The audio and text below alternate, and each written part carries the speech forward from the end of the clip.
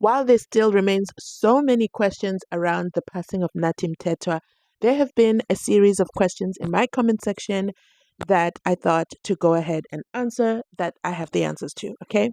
So basically, why did the police take so long to leave? Okay, I figured it out. It's because of passports and visas. You can't just get on a plane and go to France. So the police, the team of five, needed to have, if they didn't have their passports, they needed to apply for their passports from the Department of Home Affairs. And then after getting their passports, they then had to apply for um, passports. They then had to apply for the visa to go to France. I'm not sure if you can apply for a visa if you don't have a passport and then provide the passport number later. I'm not sure about that.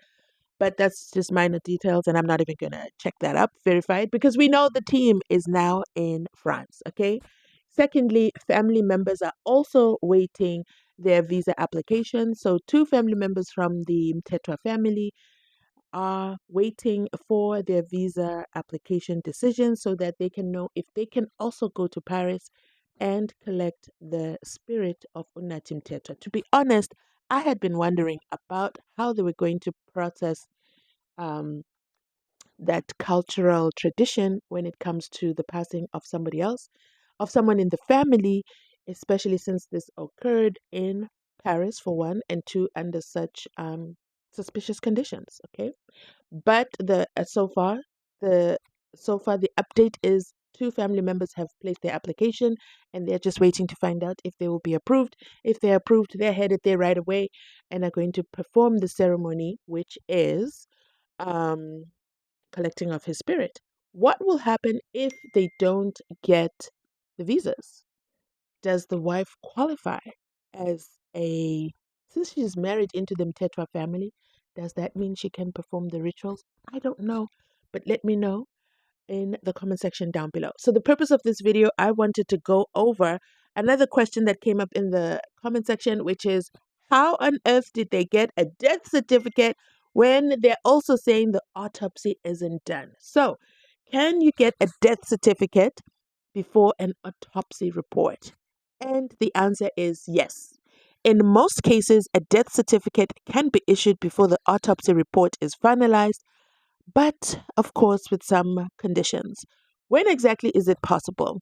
A preliminary death certificate is which is sometimes called a provisional or interim death certificate, can be issued once a medical professional, coroner, or pathologist confirm the fact of death and records a presumed cause of death. This is often needed quickly for funeral arrangements, insurance claims, estate, or legal proceedings. With regards to insurance claims, because this was self inflicted, I do not believe there will be any insurance payout possible unless they go after the hotel for faulty windows or non safety compliance, then maybe. But in terms of his policy, it won't be paid out because at this point, the death certificate would say he walked out of the building. My assumption, right? Through the window. What exactly is included in this death certificate, this interim death certificate? The cause of death. It might be listed as pending investigation or undetermined until the autopsy or toxicology reports are complete. Once the autopsy is finalized, a final amended death certificate may be issued with the confirmed medical cause. So in South Africa, the Department of Home Affairs can register a death and issue a death notification B11663 and a death certificate based on the doctor's certification even before the autopsy results are available. If the death is reported to a state pathologist, for example, unnatural death or sudden crime related, the body goes for the legal autopsy, but this process can take weeks. Meanwhile, families often receive an interim death certificate for urgent matters. I will use the example of the kids that died in the Tarvin death. You do know that their death certificates were issued, their funerals were performed, and then months later, the autopsy reports came out. If I recall correctly, let me know in the comment section if I've misaligned the timelines there.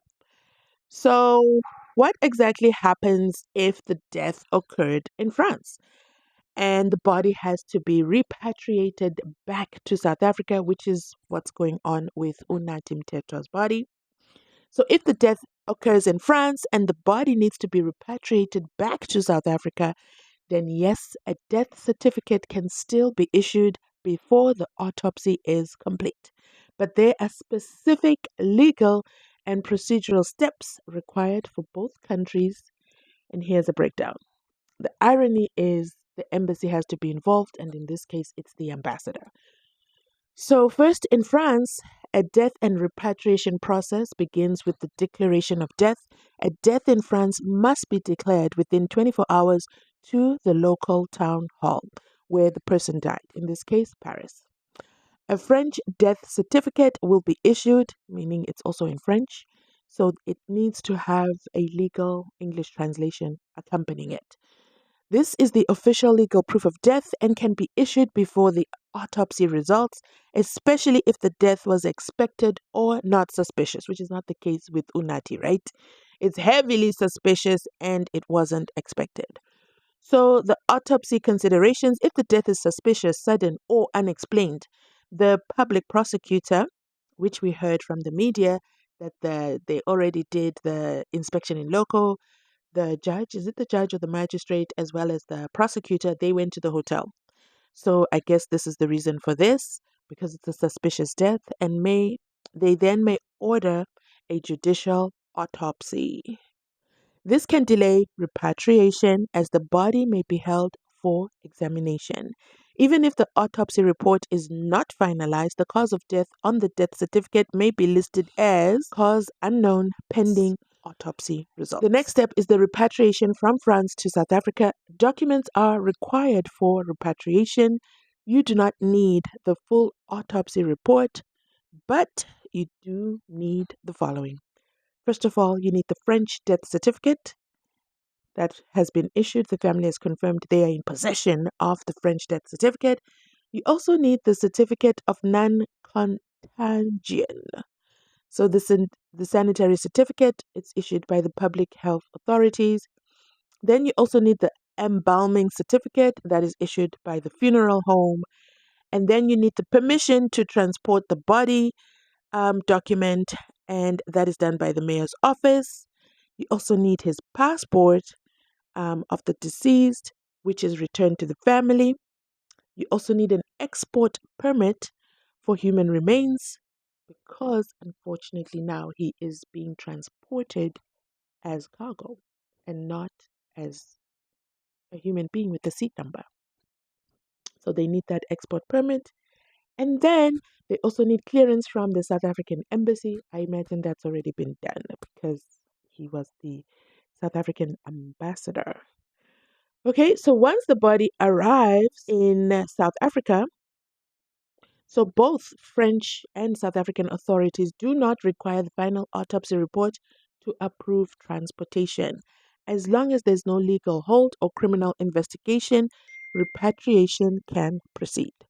So, upon arrival in South Africa, you'll need to register the death again with the Department of Home Affairs. You need to provide the French death certificate with the certified English translation. You also need the supporting documents from the embassy and the funeral director. Again, in this case, the embassy is probably on it because he was the ambassador. You also need the Home Affairs. Home Affairs will then issue South African death certificate, usually stating that the death occurred abroad. So I hope this answered some of the questions and concerns around why is the death certificate out before the autopsy report. As you know, autopsy can sometimes take a long, long time. So I imagine the repatriation process is going to start this week, and then memorial ceremonies or services are going to begin once his body arrives in South Africa. Let me know in the comment section if you found this video helpful, and this is not just applicable to the Mtetra and Butelezi family for the passing of Onati Mtetra, may his soul rest in peace. But I think it's also applicable if you have a family member who is overseas. Have these conversations and know what the processes are. Let me know if it was helpful. Drop your comment in the comment section down below. Thanks so much for watching. Remember to like, to comment, to subscribe. Of course, I'll catch you on my next upload. Bye.